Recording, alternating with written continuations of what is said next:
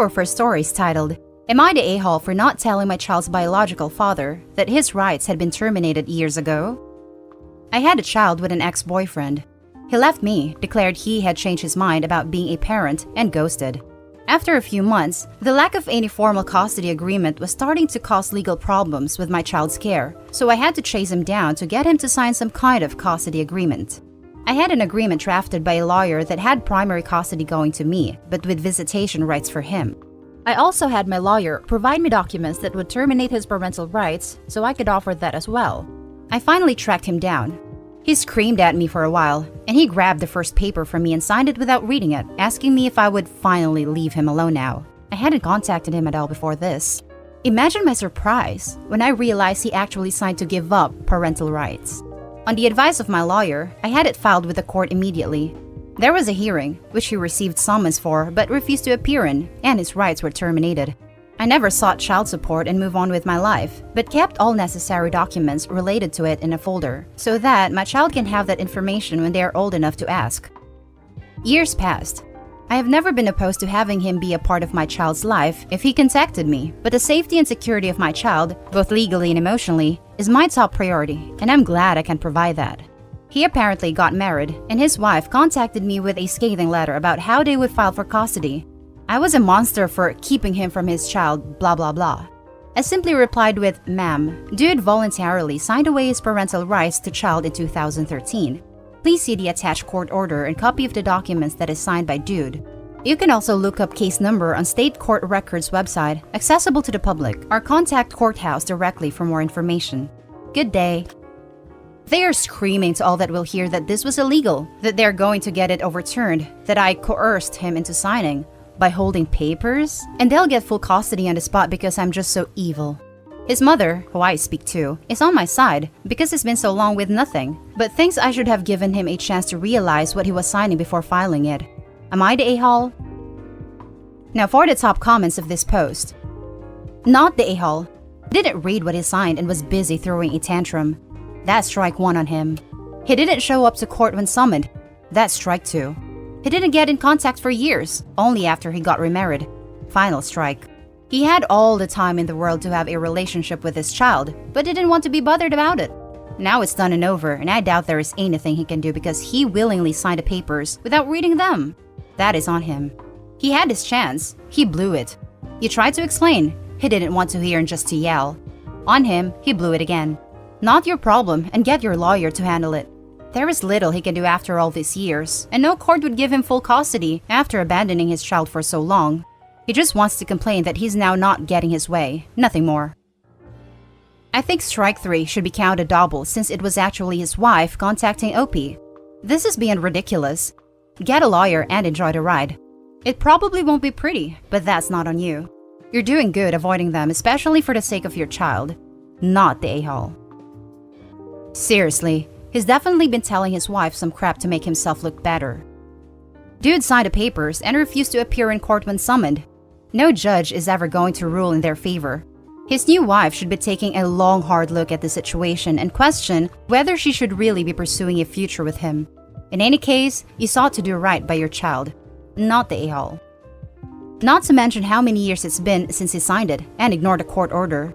He, or his wife, can run around screaming it's a mistake. But the first question anyone is going to ask is, what took you so long? On what grounds do they think they could get full custody anyway?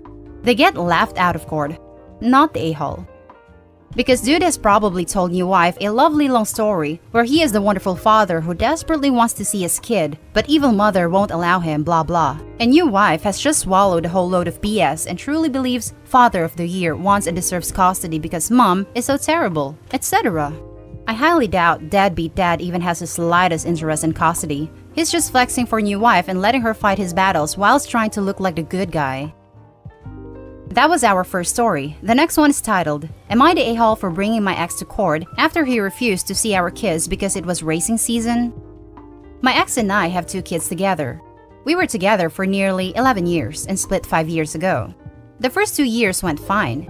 He saw the kids every other weekend and checked up on them often. 3 years ago, however, he started dating a girl from the racetrack who happens to race every Thursday and Saturday night. This instantly got him into the gig. During that time, his every other weekend visits were put on hold and he stopped seeing the kids altogether during the raising months.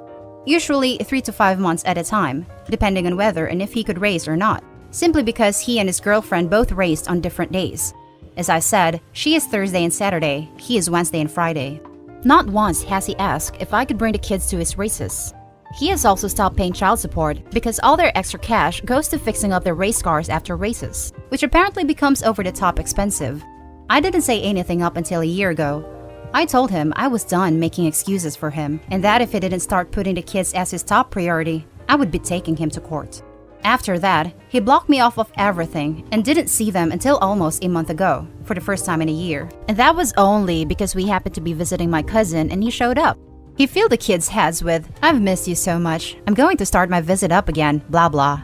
Then he went no contact again and has made 0 attempts.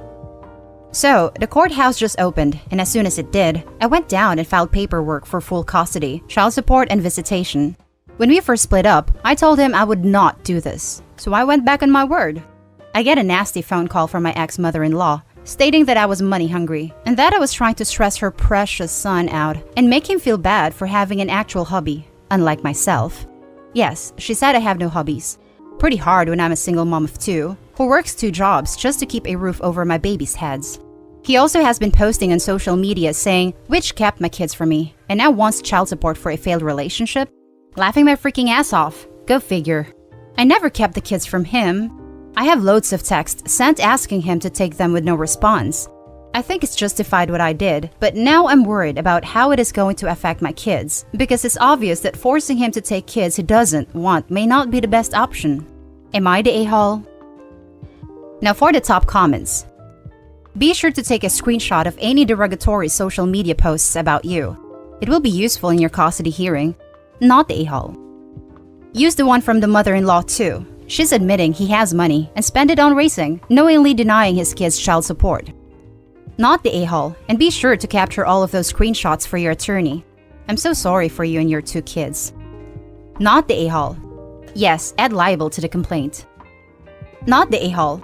He hasn't been paying child support, provable. He hasn't been taking the kids during his time, likely provable, but hard to attribute blame. He's not fulfilling his obligations, so you are absolutely right to take him to court. Ignore his social media. It doesn't matter. Ignore his mother. She isn't there making him take the kids. It's all about your kids and their well-being. Now for the last story, am I the a-hole for telling my wife we shouldn't have any more kids? My wife and I have been married 6 years, and we have a 2-year-old daughter. My wife adores kids and wanted at least 3. I talked her down from 5. I work, she's a stay-at-home mom. We started trying for a baby a little over a year into marriage. There were 2 miscarriages before our daughter. My wife had HG during about half of her pregnancy and developed preeclampsia at 24 weeks. We ended up having a scheduled C-section for our daughter, and my wife had her tubes tied during it. I really can't understate how bad this pregnancy was for my wife. Our daughter ended up in the NICU for 6 weeks after birth. She's a healthy toddler now, but goddamn was that the worst experience of my life. I was fine with having just 1 daughter, but my wife has been dropping hints about more kids. Nothing explicit, but she's been cooing over baby stuff and has mentioned, "Oh, I miss when daughter was that little."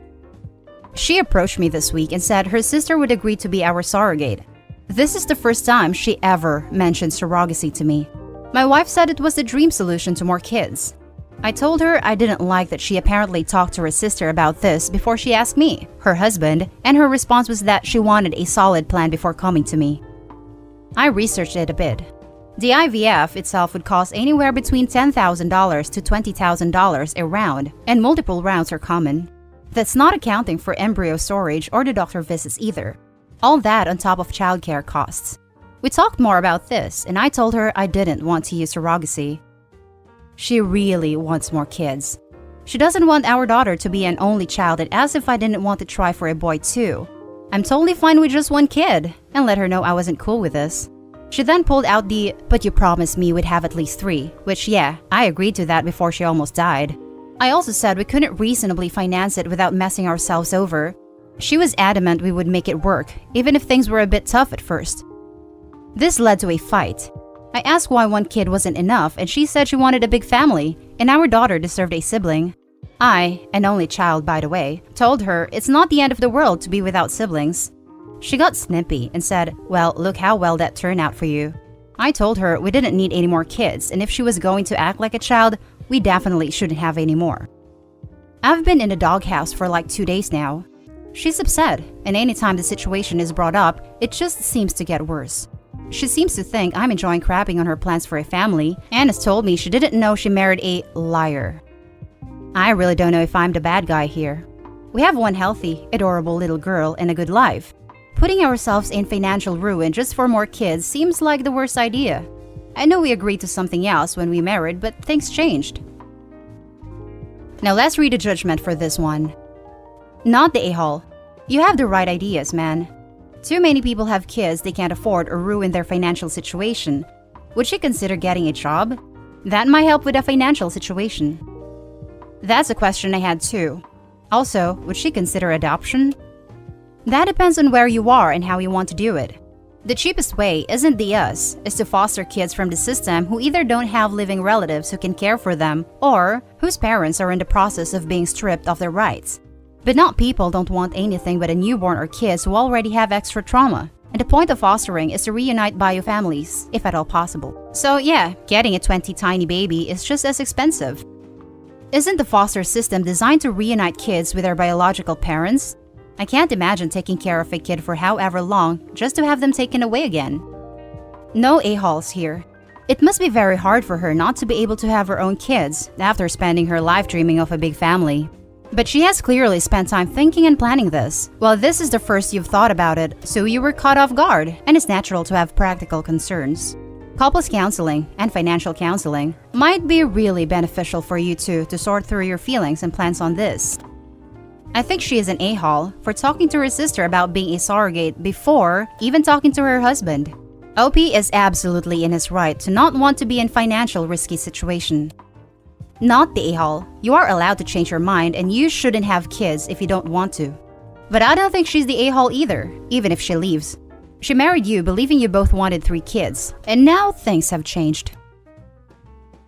And those are the stories for this video, folks. Share us your thoughts in the comment section below. And if you enjoyed the content, hit like and subscribe and turn on the notification bell to get updated on the latest videos. I'll catch you in the next one. Stay safe.